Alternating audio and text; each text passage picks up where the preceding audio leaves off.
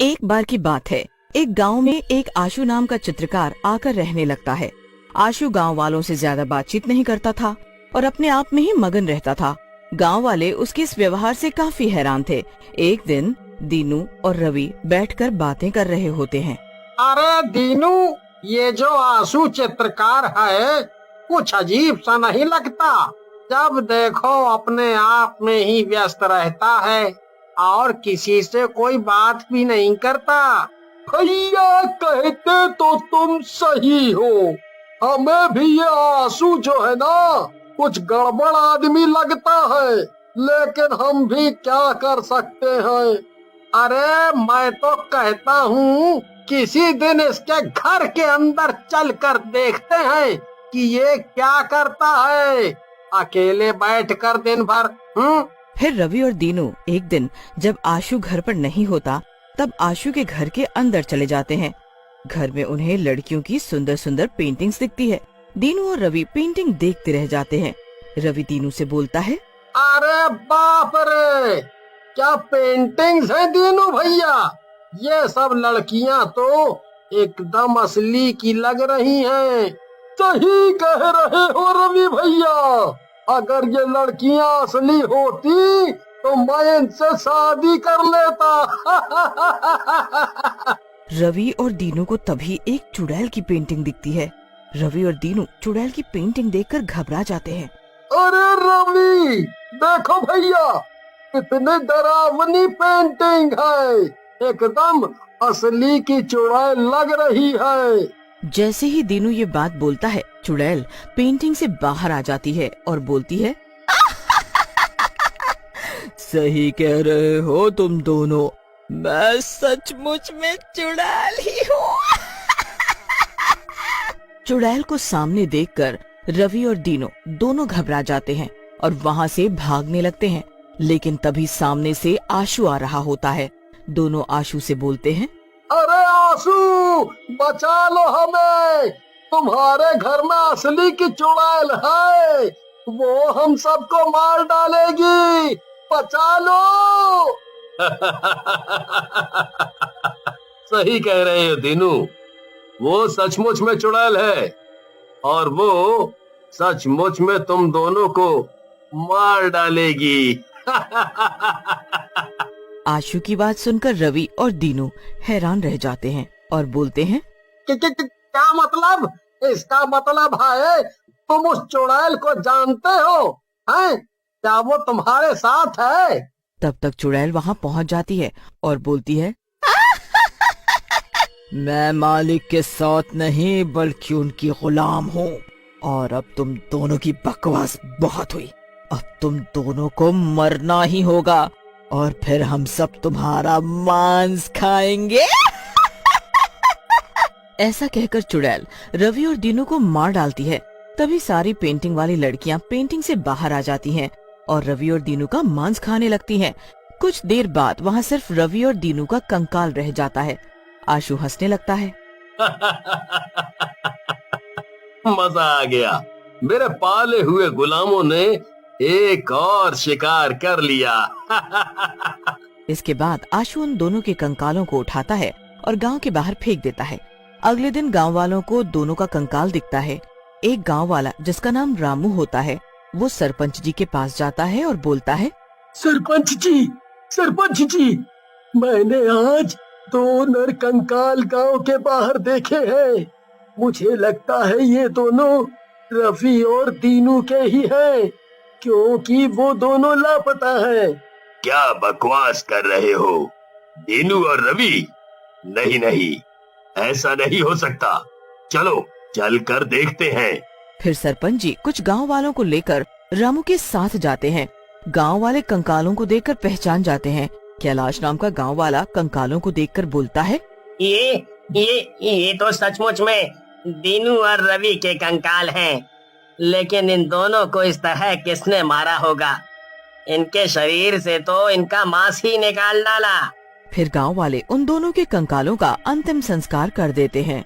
कई दिनों तक गांव में कुछ नहीं होता। एक दिन आशु अपने घर से बाहर जा रहा होता है। तभी शन्नो और सविता की नजर उस पर पड़ती है। शन्नो सविता से कहती है, अरे सविता, देख तो सही, कितना खूबसूरत लड़का है। ये बिल्कुल कामदेव लग रहा है। मेरा तो इसे देखकर मन कर रहा है कि मैं इसे शादी ही कर लूं। हाँ शन्नो, कह तो तू रही है बिल्कुल सही। ये जरूर किसी बाहर गांव से आया होगा। अपने गांव के लड़के देखे तूने, बिल्कुल छपरी लगते हैं, ना ही शक्ल और ना ही अकल। थोड़ी देर में आशु वापस आ जाता है। शन्नो आशु के पास जाती है और बोलती है, मेरा नाम शन्नो है जी, आपका नाम क्या है? मैंने आपको आते जाते देखा है। आप क्या करते हैं? अरे बस बस शन्नो जी, थोड़ा सांस तो ले लो। आप तो बस बंदूक की तरह प्रश्न दाग रही हैं। फिर आशु शन्नो और सविता को अपने बारे में बताता है, जिसे सुनकर शन्नो आशु से बोलती है, अच्छा तो आप चित्रकार हैं, हम दोनों को भी अपनी पेंटिंग दिखाओ ना, हम भी देखना चाहते हैं। फिर शन्नो और सविता के कहने पर आशु उन दोनों को अपने घर के अंदर लेकर चला जाता है। चारों तरफ पेंटिंग्स रखी होती है। पेंटिंग्स देखकर शन्नो और सविता बोलती हैं, अरे वाह, आप तो बिल्कुल जादूगर हो। आपकी बनाई हुई पेंटिंग तो बिल्कुल असली लग रही है जी। लग रहा है ये पेंटिंग अभी बोल उठेगी। तभी शन्नो आशु से अपनी पेंटिंग बनाने को बोलती है। आशु जी, आप तो बहुत ही गजब के चित्रकार हो, आप मेरी भी पेंटिंग बनाओ ना।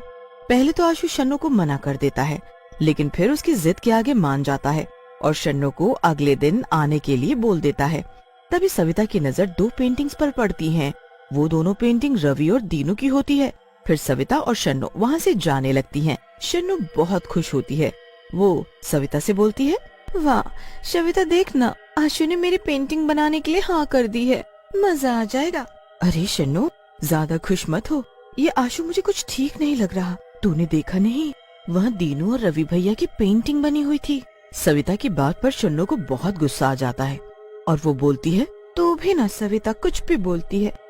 अरे तुझे धोखा हुआ होगा, मैं भी वहाँ थी, मैंने तो ऐसी कोई पेंटिंग नहीं देखी, इसीलिए तू चिढ़ रही है। है ना? इसमें भला चिढ़ने की क्या बात है, मैं तो तेरे भले के लिए बोल रही हूँ, बाकी तेरी मर्जी। ऐसा कहकर सविता वहाँ से चली जाती है। शाम को शन्नो बन ठन कर आशु के घर पहुँचती है और आशु के दरवाजे को खटखटाने लगती है। आशु आता है और दरवाजे को खोलता है। अरे वाह शन्नो, आज तो तुम बहुत ही खूबसूरत लग रही हो। तुम्हारी पेंटिंग तो बहुत ही अच्छी बनेगी। फिर शन्नो आशु के साथ उसके पेंटिंग वाले कमरे की तरफ चलने लगती है। तभी शन्नो की नजर भी रवि और दीनू की पेंटिंग पर पड़ती है और वो मन ही मन सोचती है, अरे ये तो सचमुच में रवि और दीनू की ही पेंटिंग है, कुछ तो गड़बड़ है यहाँ। लेकिन अब मैं क्या करूँ, यहाँ से जा भी तो नहीं सकती। शन्नो को डरता देख आशु हंसने लगता है और बोलता है, क्या हुआ, डर रही हो क्या शन्नो? अरे डरो मत, वो दोनों चित्र रवि और दीनू के ही हैं। उन्होंने ही कुछ दिनों पहले यहाँ मुझसे बनवाए थे। कह रहे थे बाद में आकर ले जाएंगे, लेकिन अब तक नहीं आए। आशु की बात सुनकर शन्नो आशु को सारी बात बताती है, जिसे सुनकर आशु बोलता है, ओह, बहुत बुरा हुआ दोनों के साथ। चलो क्या कर सकते हैं, चलो तुम वहाँ जाकर कुर्सी पर बैठ जाओ, मैं तुम्हारी पेंटिंग बनाता हूँ। शन्नो आशु के कहने के अनुसार एक कुर्सी पर जाकर बैठ जाती है और आशु उसकी पेंटिंग बनाने लगता है। कुछ देर बाद शन्नो को प्यास लगती है और वो आशु से बोलती है, आशु मुझे प्यास लगी है, मुझे पानी पीना है। आशु किचन की तरफ इशारा कर देता है और अपने काम में लग जाता है और शन्नो किचन की तरफ चली जाती है। उधर शन्नो के जाते ही पेंटिंग में से चुड़ैल बाहर आ जाती है और बोलती है, मौलिक, आज तो मजा ही आ जाएगा, इस लड़की का मांस खाने को मिलेगा। आशु हंसते हुए चुड़ैल से कहता है, सही कह रही है चुड़ैल, लेकिन जरा सब्र कर, कहीं उसे पता चल गया तो सब गड़बड़ हो जाएगी। शन्नु किचन में पानी पीकर आते समय चुड़ैल और आशु की बातें सुन लेती है और बोलती है, अरे ये आशु तो शैतान है और इस चुड़ैल को इसने अपने बस में कर रखा है। अब क्या होगा, ये तो मुझे मार डालेगा, मैं क्या करूं, कैसे बचूं? तभी शन्नु के सामने रवि और दीनू की आत्मा आ जाती है और बोलती है, चन्नो बहन, तुम यहाँ से भाग जाओ, और इस शैतान की झोपड़ी में आग लगा दो। जैसे ही आग इसके चित्रों में लगेगी और वो जलेंगे, वैसे ही ये और चुड़ैल भी जलने लगेंगे। शन्नू वहाँ से भागने लगती है, लेकिन तब तक आशु और चुड़ैल उसे घेर लेते हैं। कहाँ भाग रही हो शन्नो?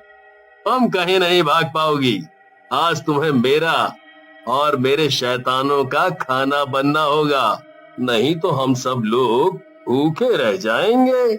ऐसा कहकर आशु और चुड़ैल शन्नू की तरफ बढ़ने लगते हैं, लेकिन तभी आशु का घर जलने लगता है और सविता की आवाज शन्नू को सुनाई देती है।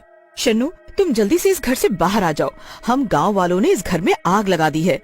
आशु अपने चित्रकारी वाले कमरे की तरफ पेंटिंग को बचाने के लिए भागता है, लेकिन उसी कमरे में जलने लगता है। चुड़ैल भी जलने लगती है। शन्नू आशु के घर से बाहर आ जाती है और सविता से लिपट कर रोने लगती है। तू मेरी सच्ची दोस्त है। अगर तू नहीं होती तो ये शैतान मुझे मार ही डालता और अपनी पेंटिंग में कैद कर देता, जैसे इन्होंने रवि और दीनू भैया को किया था। चुप हो जाओ, सब ठीक हो गया है। मुझे तो पहले ही शक हो गया था, इसीलिए मैं चुपके से गांव वालों को लेकर यहाँ आ गई थी और कल रात दीनू और रवि भैया की आत्मा ने मुझे सब बता दिया था। गोरखपुर नाम के गांव में रोहन और उसकी पत्नी गीता रहते थे। रोहन एक व्यापारी था। वो अपने काम के सिलसिले में गांव से बाहर जाया करता था।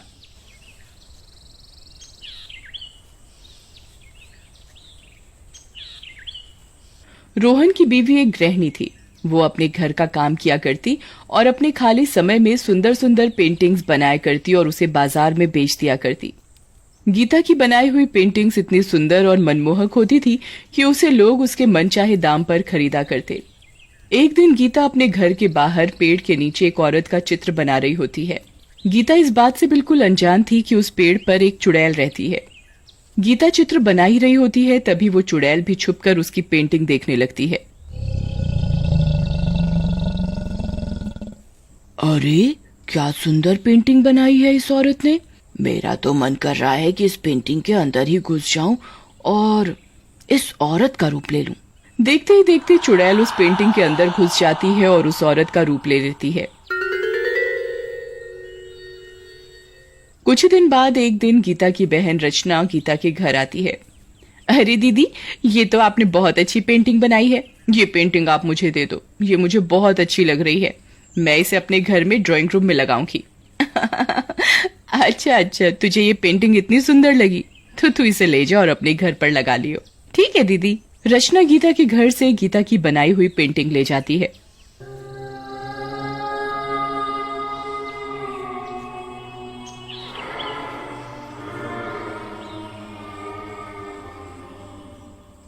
रचना इस बात से बिल्कुल अनजान होती है कि उस पेंटिंग में एक चुड़ैल है और वो चुड़ैल उसी के साथ उसके घर आ गई है। देखते ही देखते दिन ब दिन रचना के घर में कुछ अजीबोगरीब वाकये होते हैं। कभी रचना के ड्राइंग रूम में सोफा कवर सिमटा हुआ मिलता तो कभी मेज ही अपनी जगह पर नहीं होती।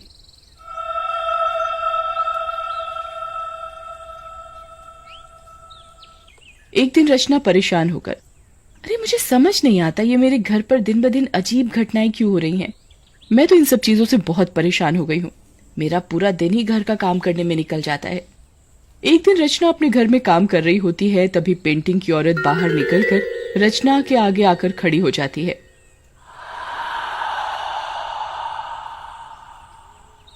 अरे, ये क्या हो रहा है? ये पेंटिंग की औरत पेंटिंग से बाहर निकलकर कैसे आ गई? रचना उस औरत को देख अपने पति को बुलाने ही लगती है कि तभी वो चुड़ैल गायब हो जाती है। अरे, पेंटिंग वाली औरत पेंटिंग के बाहर निकलकर खड़ी हो गई। कोई देखो, ये क्या हो रहा है? रचना की आवाज सुनकर उसका पति उसकी तरफ दौड़ता है। अरे क्या हुआ रचना, तुम इतनी घबराई हुई क्यों हो? सब ठीक तो है ना? रचना पसीने में लथपथ अपने पति को सारी बात बताती है। रचना की बात सुनकर उसका पति उसकी बात पर हंसने लगता है और उसकी बात पर यकीन नहीं करता। अरे क्या रचना, तुम्हें मैं ही मिला था पागल बनाने को। पहली बात तो ये भूत चुड़ैल कुछ नहीं होते, ये सब तो मन का वहम है। अरे नहीं जी, मैं सच बोल रही हूँ। आप मेरी बात पर यकीन करो। क्या मिलेगा मुझे झूठ बोलकर? चलो मुझे दिखा के लाओ, कहाँ है वो पेंटिंग वाली औरत? रचना अपने पति को ड्राइंग रूम की तरफ ले जाती है, पर वहाँ कुछ नहीं होता। बताओ कहाँ है पेंटिंग वाली औरत? पेंटिंग तो दीवार पर अच्छी खासी टंगी हुई है, ये तुम्हारे मन का वहम है। रचना औरत को वहाँ ना देख और ज्यादा घबरा जाती है। अरे इधर ही थी जी वो औरत, मैं आपको झूठ क्यों बोलूंगी, अब मेरी बात का यकीन करो। रचना, मुझे लगता है तुम्हें आराम की जरूरत है, तुम्हें थोड़ी देर सो जाना चाहिए। रचना अपने पति की बात मानकर सोने जाती है, तभी उसे महसूस होता है कि उसके पीछे कोई खड़ा है।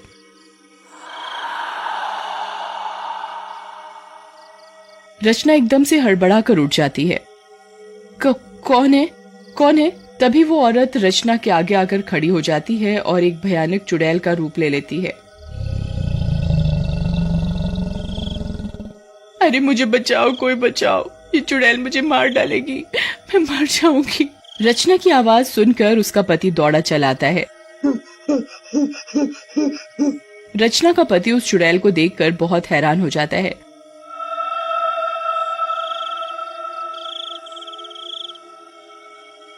चुड़ैल ने अपने दोनों हाथों से उसकी बीवी रचना का गला जकड़ा होता है।